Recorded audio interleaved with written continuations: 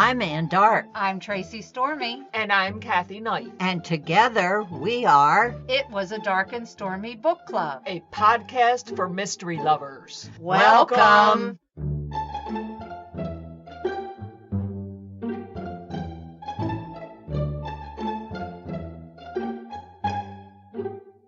If you enjoy our show, please consider contributing to the Dark and Stormy Patreon. By becoming a patron, you will help us create better and quality content. There are also benefits to becoming a patron, such as exclusive content and Dark and Stormy merchandise. Become a supporter at patreon.com/darkandstormybc. Check our website for the link. We appreciate any and all contributions. Thank you. Hello and welcome to It Was a Dark and Stormy Book Club. And today we have two interviews. Two for the price of one. That's right. We have Mary Lawrence, who is the author of the Alchemist Daughter series. But first we have an interview with Samantha Downing. Samantha Downing is the author of the USA Today and #1 international bestseller, My Lovely Wife. She was born and raised in Marin County, California, and now lives in New Orleans, where she is furiously typing away on her next thrilling standalone. Welcome, Samantha. We'd like to welcome Samantha Downing. Welcome, Samantha.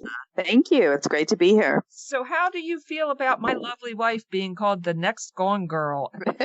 I think that it's a little strange to call anything the next Gone Girl, just because what that did for the domestic thriller genre is in a class of its own. Now, you said in a previous interview that you do not plot your books that you write. Correct. However, do you research a lot, such as forensic DNA? I do when I have to, yes. If there's something in the book that calls for more knowledge than I have, then I do it. I don't concentrate on, none of my characters are cops or detectives, so I don't focus on that part of the investigation as much when it comes to DNA or when it comes to investigative police. Or yes, I absolutely research when it calls for it. What made you decide to use murder as an aphrodisiac? Well, I kind of took the idea as really a very normal marriage, a normal suburban family, and that couples have to do something to keep it exciting. And I just sort of extrapolated out to the most extreme I could come up with to make the point. More than focus on the killing, to focus on how it affected their relationship. And it could have been anything, but in this case, it's not only extreme, it's heinous and it's illegal. So they took it to the extreme, the ultimate thrill seekers, I guess.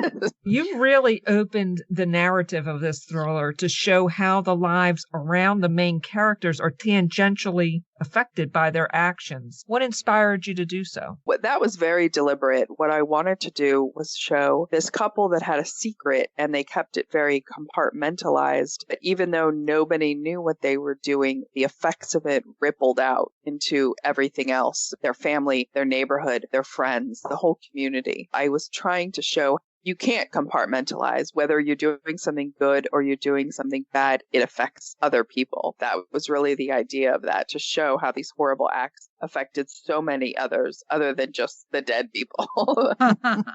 Well, I think that was a unique way of writing the thriller, because I don't remember any book really focusing that heavily on what's going on around the main story. And I think that using the media was also another way, because media is such a part of our lives now. We find out everything instantaneously on our phones when there's breaking news. You can't get away from it. It almost has to be written into the story somehow. Definitely. I would classify Millicent as a sociopath. How would you classify her husband? Oh, he's definitely a sociopath as well. That actually was part of my research. They now consider sociopaths, or people with antisocial personality disorder, they consider that a spectrum. And the most extreme of that spectrum is being a serial killer. But there are lower aspects to that spectrum where they may not kill anybody at all, but they may act in a way that is hurtful intentionally, and they don't feel bad about it. Sociopath is a common word that we use, but that's not a word that appears in the DSM or the medical books of mental disorders. They strictly use the term antisocial personality disorder, whereas media books popular culture uses either sociopath or psychopath. That's not an official word. Yeah, I would definitely say he also has antisocial personality disorder. I don't think he's as high on the spectrum as Millicent. Maybe I'm wrong. I don't want to spoil anything. I don't know. Yeah. You'll have to read to find out because, wow. Right. The narrator of the story is Millicent's husband. What made you decide to not tell us his real name? That, again, was a deliberate decision, obviously. There are characters throughout literature in all types of genres where they have an unnamed narrator, and it's always done for a purpose. It says something about the character when you don't know his name or her name. For example, in the book Rebecca, the second wife telling the story, her name is never used, and Rebecca is the first wife because the character's life revolves around this dead first wife. Book Fight Club has an unnamed narrator. Again, that book was about sort of becoming a number in society and not mattering, and you're just a consumer. And so he felt invisible as a person and never used his real name. And in this book, I did it with the main character because his whole world is wrapped up in his wife and his family. They are a unit, and he does not see himself as separate from them. So for him, it never occurs to him to introduce himself by first name. He is Millicent's husband, and he is the kid's father. And that before that family existed, he doesn't even see himself as like a whole human being. Oh, so very interesting. He was very lost before he met Millicent, and that completed his vision of his life, meeting her and having kids. Wow. Right? Yeah, it did. Yeah, but we're kind of absorbing it because that makes sense.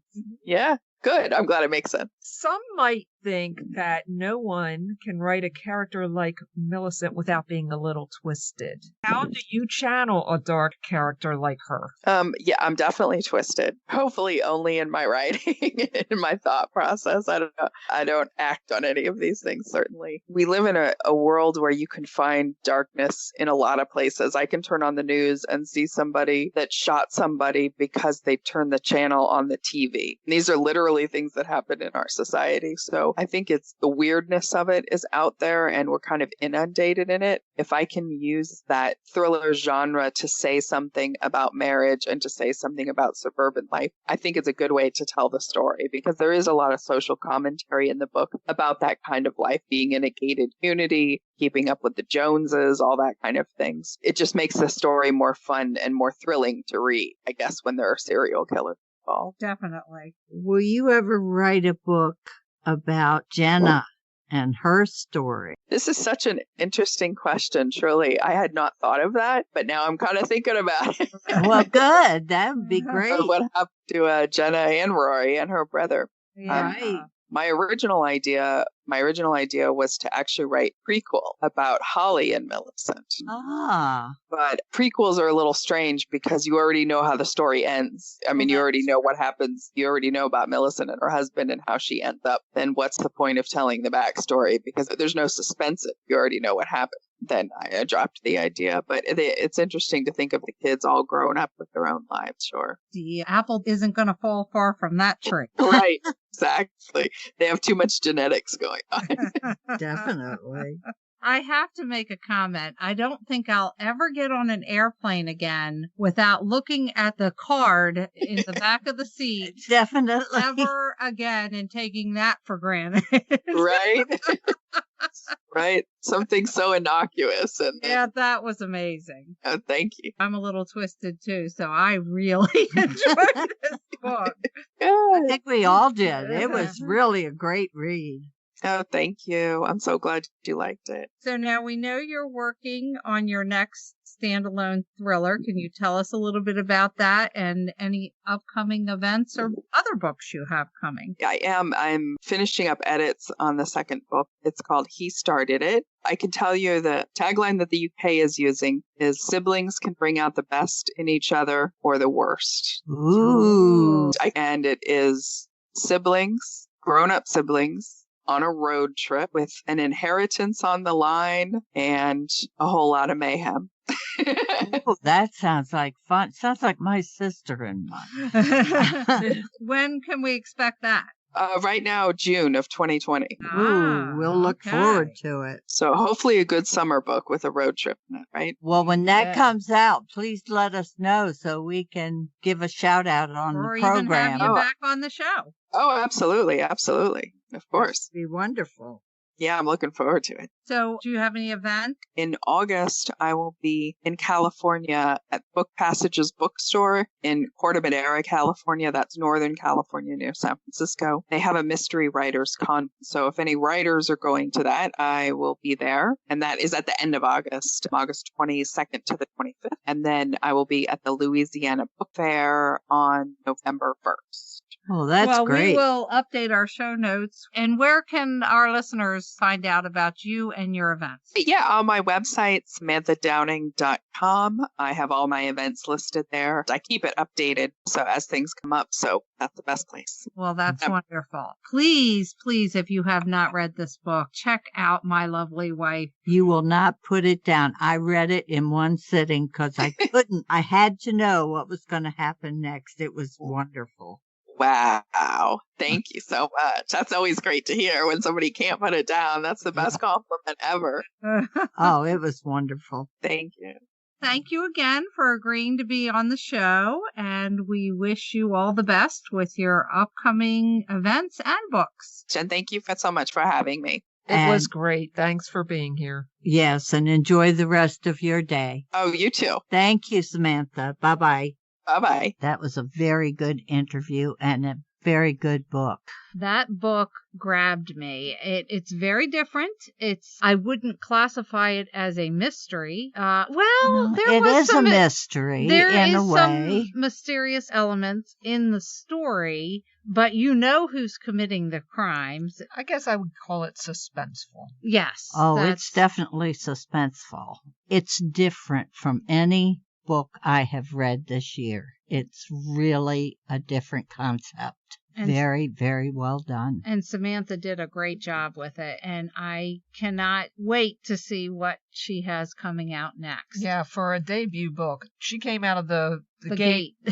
She came out of the gate swinging. Yes, she did. We now have an interview with Mary Lawrence. Oh. Mary Lawrence lives in Maine and writes the Bianca Goddard Mysteries set in Tudor London, featuring a cast of commoners. Bianca uses her wits and a smattering of alchemy to solve murders in the slums of Southwark. Her debut, The Alchemist's Daughter, was named by Suspense Magazine as a best book of 2015 in the historical mystery category. Her articles have appeared in several publications, most notably the national news blog The Daily Beast. The Bianca Goddard Mystery series also includes Death of an Alchemist, Death at St. Vedast, The Alchemist of Lost Souls, and the forthcoming The Lost Boys of London. So welcome, Mary. We are happy to introduce Mary Lawrence. Welcome, Mary. Hi, thank you for having me. It's our pleasure. So how did you create the character of Bianca Goddard?